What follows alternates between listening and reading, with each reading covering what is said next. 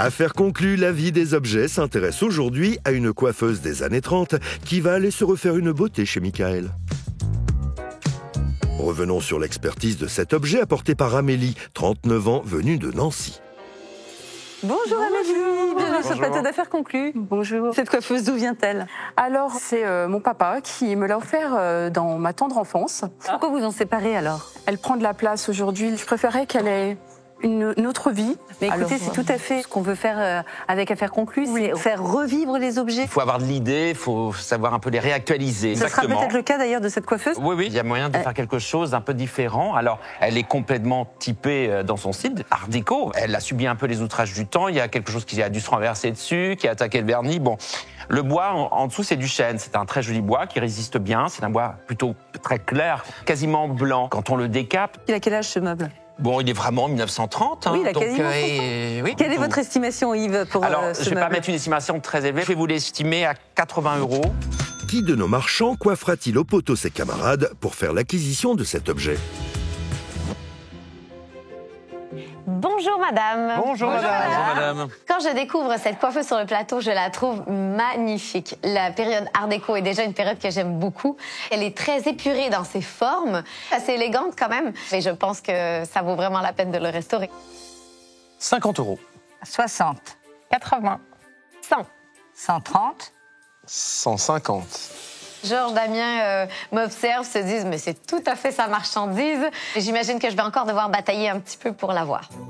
200. 220. 260, 300. 20. 60. 80. 400. Moi, ça va être bon pour moi. Je vais la bichonner. Bon, bah, merci beaucoup. Merci beaucoup. Je suis très contente. Je suis convaincue que le avant-après sera bluffant. Il y a pas mal de travail pour lui donner une seconde vie. C'est à Étoile, dans l'atelier de Michael, que cette coiffeuse va renaître de ses cendres. Je vous présente cette coiffeuse qui m'a été apportée par Adeline, qui a subi un gros dégât des os. On a des modifications dimensionnelles qui font que ça coulisse très mal. On va nettoyer, on va recoller, on va essayer de faire rebriller les ferrures et surtout on va éclaircir tout ça. Donc là, la première étape va consister à tout démonter. Hop.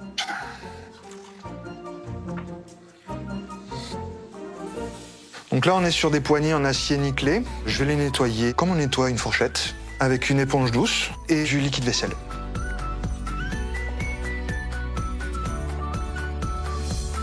Donc là, je vais réparer le plateau. Je vais combler avec de la résine. La résine bicomposant, couleur chêne. On prend un petit peu.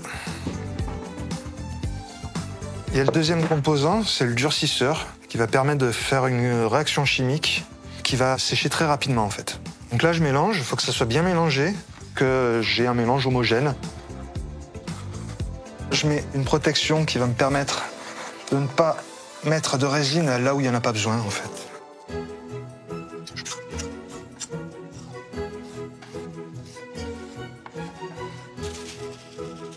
Là, c'est important de mettre du papier cuisson parce que je vais presser avec un poids. Je vais protéger, pas que ça colle. Je vais m'occuper du réencollage du caisson des tiroirs. Pour ça, j'utilise une seringue avec de la colle blanche. La seringue me permet de pouvoir accéder à des parties inaccessibles.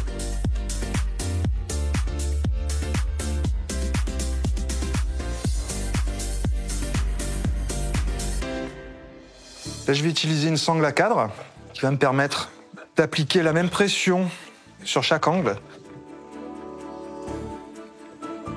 Donc là, j'ai terminé. Je vais laisser 8 heures de colle minimum. Demain matin, ça sera parfait. On va passer à l'encollage de la structure. J'ai appliqué des cales qui vont me permettre de ne pas abîmer les champs du meuble. Je vais appliquer de la colle blanche à la seringue comme précédemment.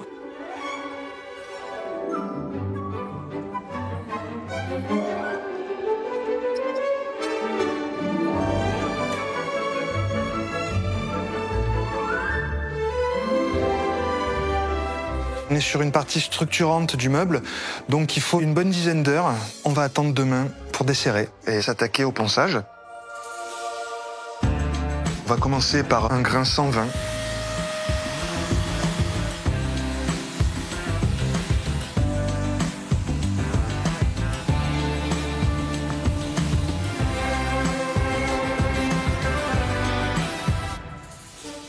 J'ai fini de poncer le meuble, donc là, je vais terminer de le remonter.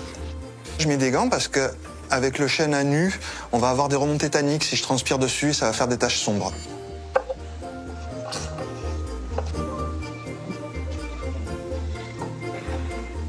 Le meuble est fini d'être remonté, je vais pouvoir appliquer la finition à l'huile de lin.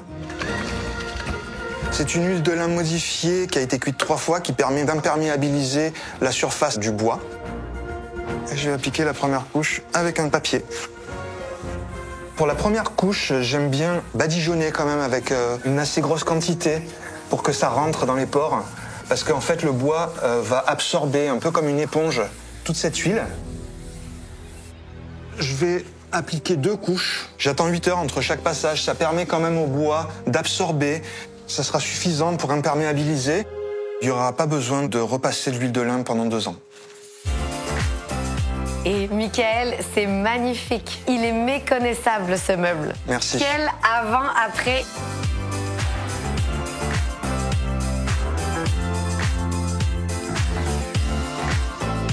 Je suis content que ça te plaise. Ah, c'est superbe. Et la couleur caramel comme ça, je trouve que c'est magnifique. Il est parfait pour une seconde vie. Merci beaucoup et je pense qu'il va encore tenir de nombreuses années. J'en doute pas. Merci pour ton travail, Michael. Merci à toi.